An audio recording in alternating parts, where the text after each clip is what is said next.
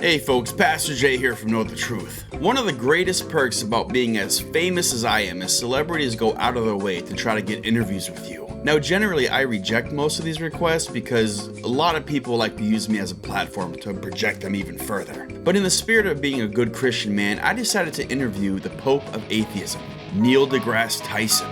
Enjoy.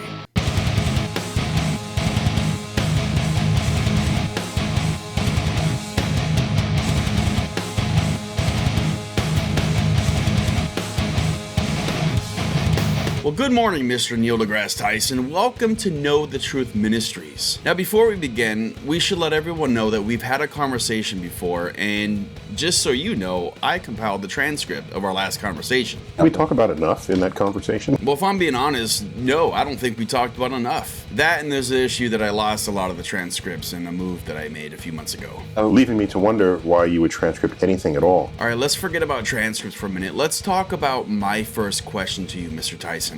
What is one of your greatest challenges in life? Behavior. One of the great challenges, of course, is you can't stick a person in a box and perform brain experiments on them. You can't do that ethically or legally or... Okay, my second question to you is, you can't explain God.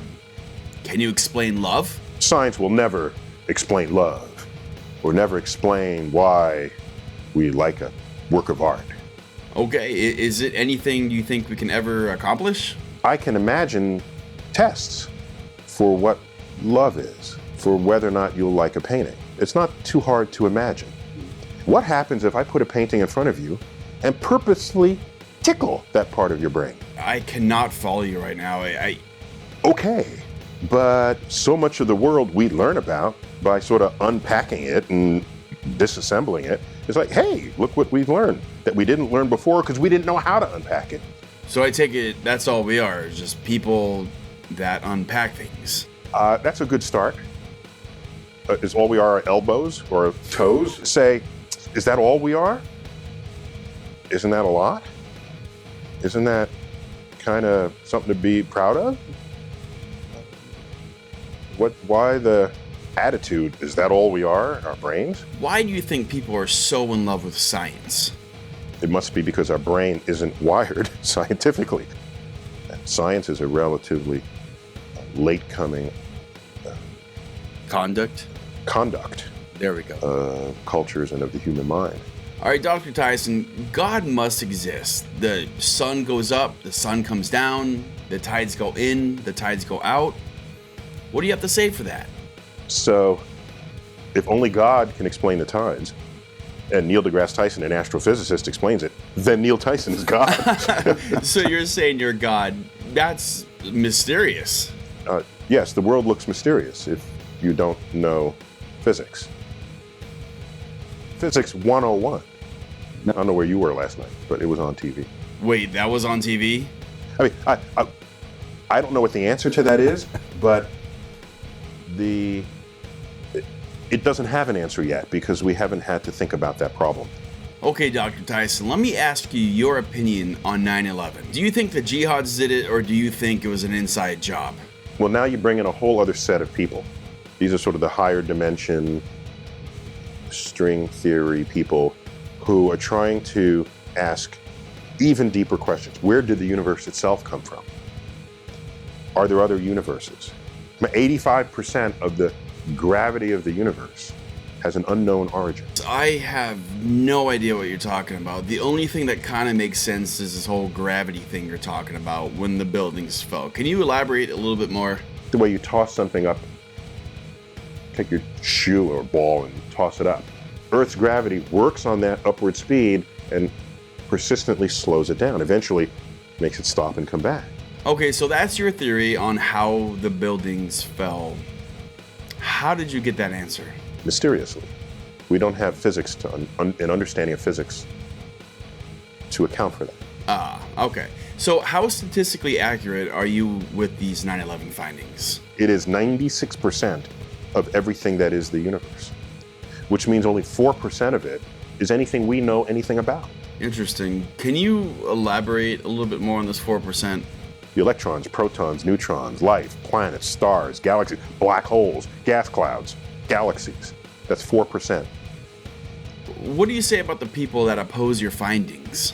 So we've got people who are trying to come at it from another place.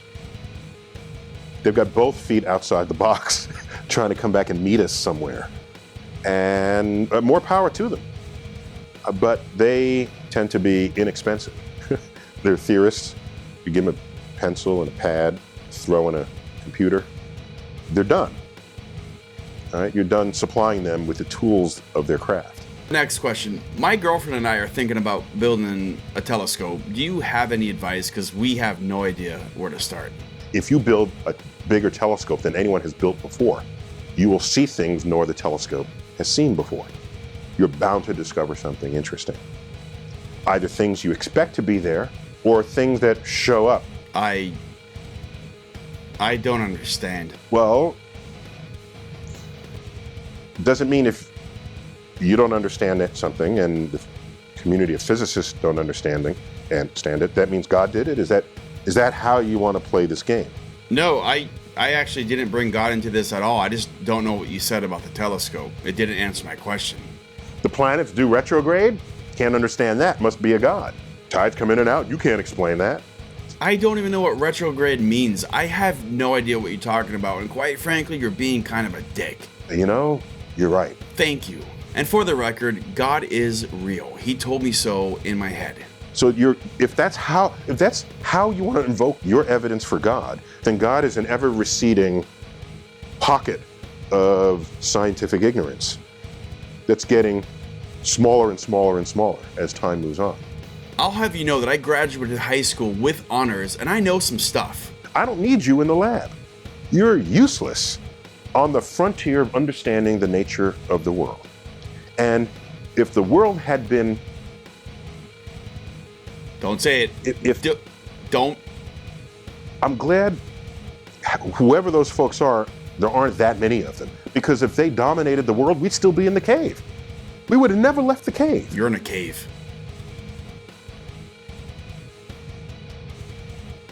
You know what? Forget about it. Tomorrow is my birthday, and I don't need you to be ruining that. It will also be the 10th anniversary of the page 1 New York Times story titled, Pluto Not a Planet?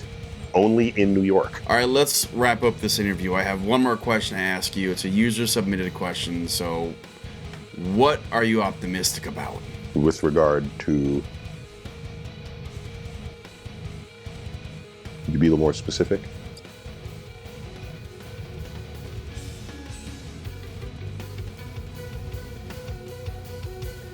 You know, let's just forget about it. You have a great night, Mr. Neil deGrasse Tyson.